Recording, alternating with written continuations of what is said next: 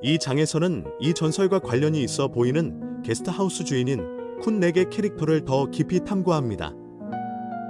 아나냐는 쿤렉이 밝힌 것보다 더 많은 것을 알고 있을지도 모른다고 의심하기 시작합니다.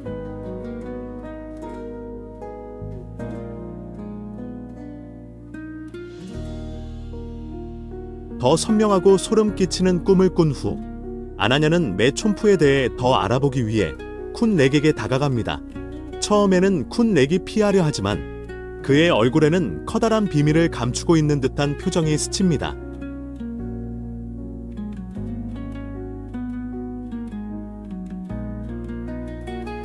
더 깊은 대화 속에서 쿤렉은 자신의 가족이 여러 세대 동안 차오프라야 강 근처에서 살아왔다고 밝힙니다. 그는 조상들이 촌푸의 죽음을 목격했으며 그 영혼이 어떻게 강을 떠돌게 되었는지 알고 있다고 이야기합니다.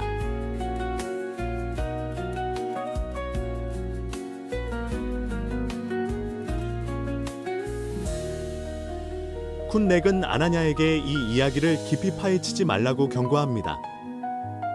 메촌푸는 단순히 정의를 찾는 것이 아니라 자신의 영혼을 달래기 위해 대체자를 필요로 한다고 말합니다. 그 울음소리는 단순히 잃어버린 사랑을 위한 것이 아니야.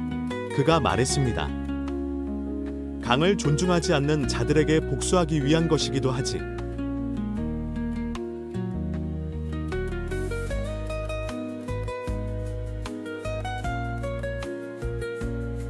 쿤렉은 강에서 발견된 도자기 조각과 오래된 장신구가 담긴 작은 용기를 보여줍니다.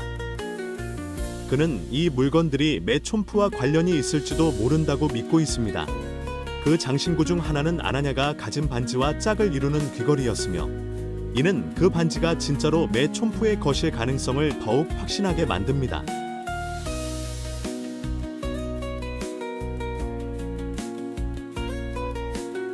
밤이 되자 아나냐는 방 창문을 통해 강에서 이상한 광경을 목격합니다.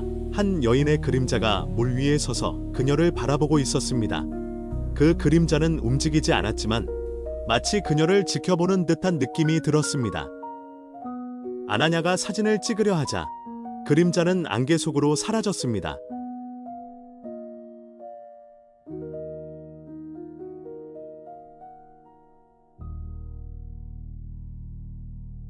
아나냐가 직면할지도 모르는 위험을 깨달은 쿤렉은 그녀에게 영혼의 방해를 막아준다는 보호부적을 건넵니다.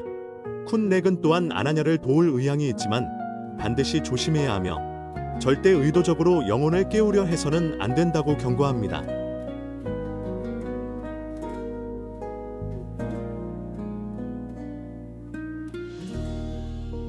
이 장은 아나냐가 답을 찾고자 하는 의지가 더욱 강해지는 모습으로 끝이 납니다. 비록 쿤렉의 경고가 그녀의 두려움을 더욱 부추겼지만 말입니다. 그날 밤 강에서 들려오는 울음소리는 더욱 커졌고 그녀가 간직한 앤티크 반지는 마치 보이지 않는 무언가에 반응하듯 미세하게 떨리기 시작했습니다.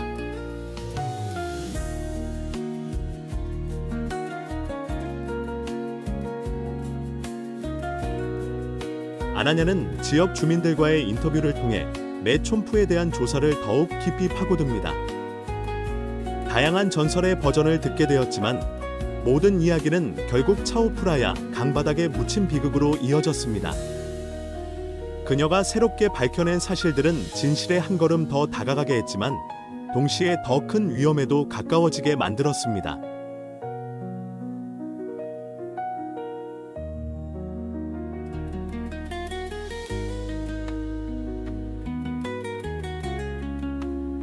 아나냐는 평생을 강 근처에서 살아온 늙은 어부 팍본을 만납니다.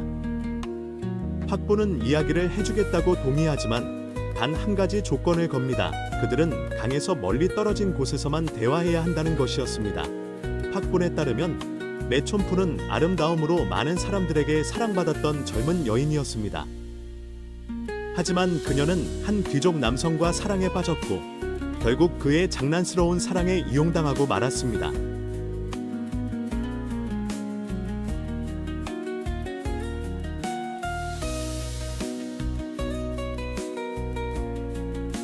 팍본의 전설에 따르면 매촌푸는 결혼을 약속받았지만 결국 속고강에 던져져 약혼 반지와 함께 떠내려갔습니다. 죽기 전에 그녀는 자신이 사랑을 되돌려받거나 영혼이 풀릴 때까지 강을 떠도는 영혼이 될 것이라고 맹세했습니다. 팍부는 강에서 들리는 울음소리가 그 영혼이 아직도 불안해하고 있다는 증거라고 믿고 있습니다.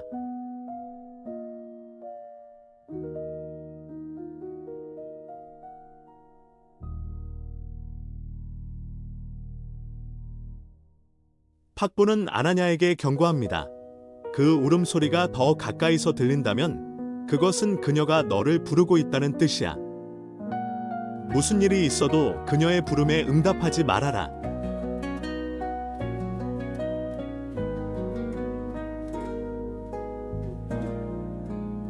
팍분을 떠나기 전에 아나냐는 자신이 발견한 앤티크 반지를 보여줍니다.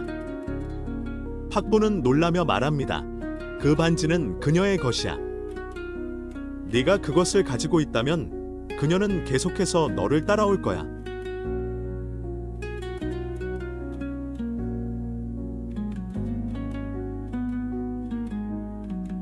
그날 밤, 아나냐는 방에서 강을 바라보며 물속에서 무언가를 봅니다. 긴 머리를 흩날리며 흐르는 여인의 그림자 같았습니다. 아나냐가 자세히 보려고 하자 그 그림자는 사라졌습니다.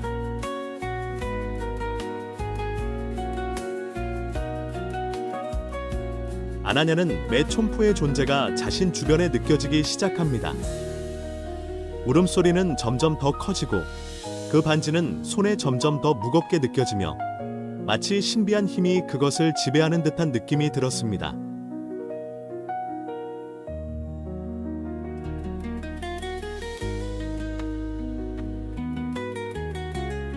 아나냐는 복수심에 불타는 영혼을 달래기 위한 오래된 의식을 조사하기 시작합니다. 그녀는 마을 사람들이 강의 평화를 되찾기 위해 행했던 오래된 의식에 대해 알게 되지만 그 의식은 큰 희생을 요구한다고 전해집니다.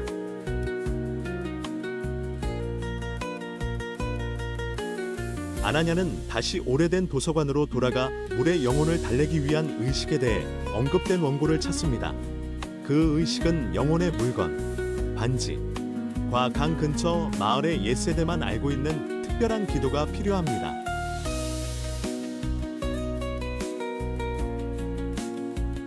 아나냐는 자신의 발견을 쿤렉에게 공유합니다. 쿤렉은 그 의식에 대해 자신의 할머니에게서 들은 적이 있지만 그것은 경혼의 헌납들 포함하기 때문에 엄청난 용기가 필요하다고 밝혔습니다.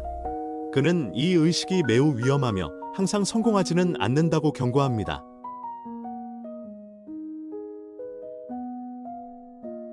원고는 그 의식을 수행하는 사람이 실수할 경우 영혼에 의해 끌려갈 위험을 감수해야 한다고 명시하고 있습니다. 아나냐는 자신에 대해 의문을 품기 시작하지만 자신을 위험에 빠뜨리지 않으면서 그 의식을 수행할 방법을 찾기로 결심합니다.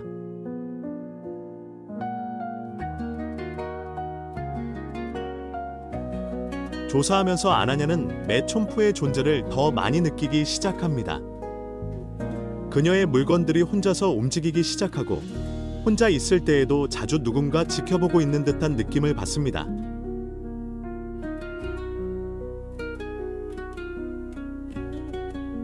아나냐는 그 반지를 금고에 보관했지만 그것이 매촌푸의 존재를 막지 못했습니다. 그 울음소리는 이제 더 커지고 낮에도 들리기 시작했습니다.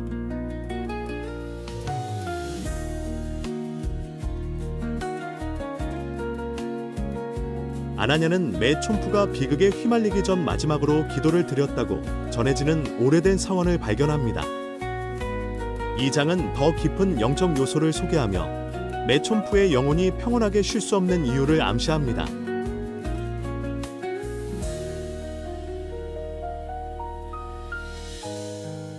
한 마을 주민은 아나냐에게 강 근처 숲속에 숨겨진 오래된 사원에 대해 이야기합니다. 그 사원은 매촌푸와 관련이 있다고 전해지며 그녀가 자신의 안전과 행복을 위해 자주 기도하던 곳이라고 합니다.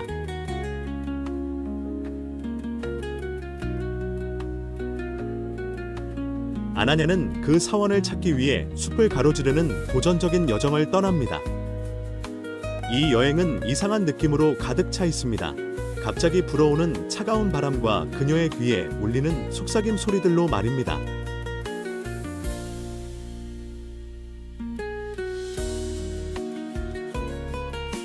그 사원은 버려진 듯 보였지만 여전히 신비로운 기운을 발산하고 있었습니다. 그 안에서 아나냐는 연꽃을 든 여성의 조각상과 매 촌프의 이야기를 상징적으로 전하는 오래된 비문을 발견합니다. 비문에는 눈물의 희생기 얽혀있는 영혼을 풀어주는 데 필요하다고 언급되어 있습니다.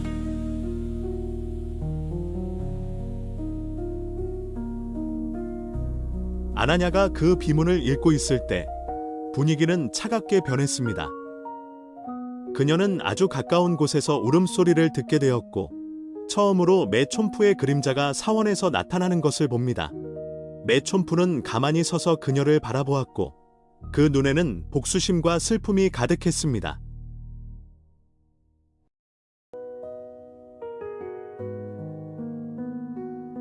아나냐는 그 영혼에게 용기를 내어 말을 걸고 그녀의 고통에서 벗어날 수 있도록 도와주겠다고 약속합니다. 메촌프는 아무 말도 하지 않았지만 그녀는 조각상 발치에 연꽃을 남기고 사라졌습니다.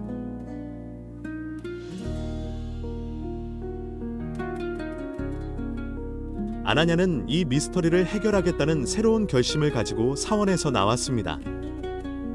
하지만 이제 그녀는 시간이 점점 더 부족해지고 있다는 것을 알게 되었습니다. 강에서 들려오는 울음소리는 더 이상 단순한 경고가 아니라 나쁜 일이 일어나기 전에 마지막 부름이었습니다.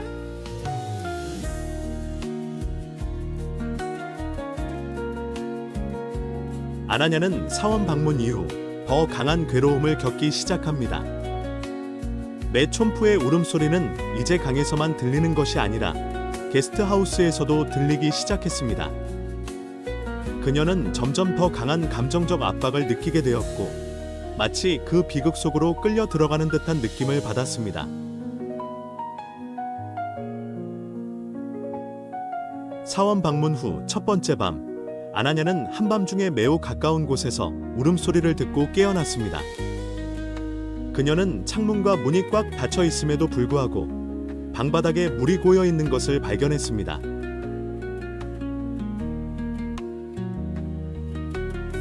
아나냐는 자신의 문 앞에 신선한 연꽃이 놓여 있는 것을 발견합니다. 그녀는 그것이 메촌프의 존재를 알리는 표시임을 알았습니다. 두려움이 있었지만 아나냐는 그 꽃을 그 영혼에 대한 존경의 상징으로 간직하기로 결심합니다.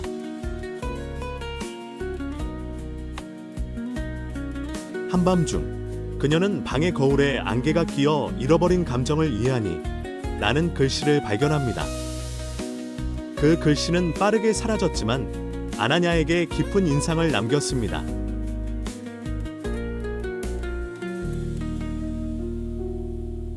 다음 날 아나냐는 그 사건에 대해 쿤렉에게 말합니다.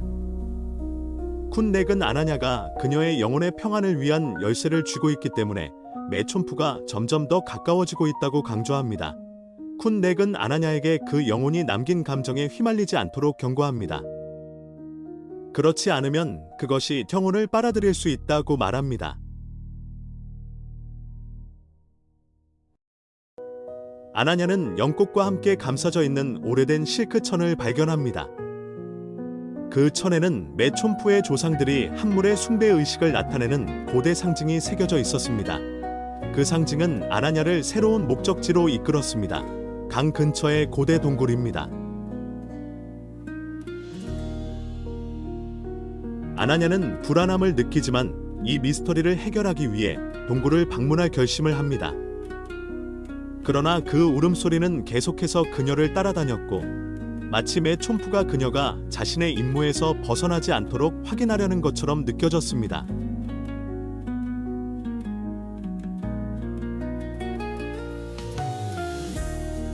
아나냐는 물의 영혼 숭배 의식과 관련된 고대 동굴을 탐험합니다. 그 안에서 그녀는 메촌프의 역사에 대한 더 깊은 통찰을 제공하는 조각, 유물, 그리고 단서들을 발견합니다. 쿤렉의 도움으로 아나냐는 울창한 숲속에 숨겨진 동굴로 가는 도전적인 여행을 떠납니다. 이 여행은 신비로운 분위기로 가득 차 있습니다. 시원한 미풍, 부엉이의 소리, 그리고 흐릿하게 퍼지는 연꽃의 향기. 동굴은 강에 제물을 바치는 여성들을 묘사한 고대의 조각들로 가득 차 있습니다. 그중 하나의 조각은 메촌푸의 이미지와 매우 닮은 여성을 보여줍니다. 동굴 중앙에는 맑은 물로 가득 찬 작은 연못이 있고 그 안에는 오래된 장신구들이 있습니다. 아나냐는 메촌푸를 묘사한 작은 금속 동상을 발견합니다.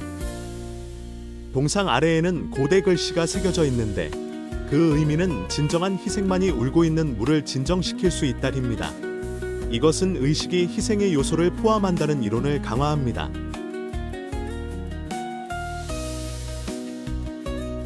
연못을 살펴보던 아나냐는 물표면에 비친 메촌푸의 모습을 봅니다. 메촌푸는 처음으로 말을 합니다. 너는 내 고통을 이해하게 될 것이다. 아나냐는 메촌푸의 깊은 감정, 슬픔, 분노, 그리고 후회를 느끼기 시작합니다. 아나냐는 작은 동상을 동굴 밖으로 가져가며 그것이 메촌푸의 영혼을 풀어주는 의식의 열쇠가 되기를 희망합니다.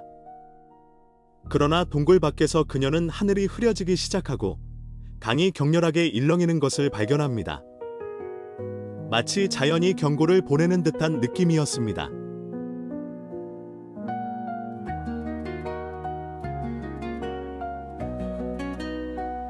차오프라야 강은 메촌푸의 영혼이 점점 더 불안해지는 것처럼 이상한 징후를 보이기 시작했습니다. 마을 사람들은 두려움을 느끼기 시작했고 아나냐는 큰 딜레마에 직면하게 됩니다. 그녀는 진실을 계속 추구해야 할지 아니면 자신의 안전을 위해 포기해야 할지. 강의 물은 탁해지고 이상한 냄새를 풍기기 시작했습니다. 마을 사람들은 죽은 물고기가 떠다니고 한밤중에 울음소리가 들리는 등의 이상한 사건들을 보고했습니다. 많은 마을 사람들이 강에 가까이 가는 것을 피하기 시작했습니다. 몇몇 사람들은 메촌푸의 영혼이 무엇인가 방해받았기 때문에 화가 나 있다고 믿었습니다. 아나냐는 마을 사람들 중 몇 명이 강 표면에서 메촌푸의 그림자를 봤다는 소문을 들었습니다. 아나냐는 자신의 존재가 메촌푸의 평화를 방해했을지도 모른다는 죄책감을 느꼈습니다. 그러나 그녀는 이 문제를 해결하기 위해 자신의 탐색을 계속해야 한다는 것을 알고 있었습니다. 쿨렉은 자신의 가족이 영혼을 진정시키는 의식을 성공적으로 수행했지만 그 과정에서 가족 구성원을 잃었다고 밝혔습니다. 그는 아나냐에게 의식을 수행하는 데 도움을 주겠다고 제안했지만 큰 희생이 필요할 수 있다고 경고했습니다. 같은 날 밤, 강은 넘쳐흘러 거의 게스트하우스를 침수시킬 뻔했습니다. 아나냐는 메촌푸의 목소리가 점점 더 강하고 절박하게 자신을 부르는 소리를 들었습니다. 아나냐는 이제 되돌릴 수 없다는 것을 깨달았습니다. 시간이 점점 부족해지고 강은 점점 더 큰 일이 일어날 것이라는 신호를 보내고 있었습니다.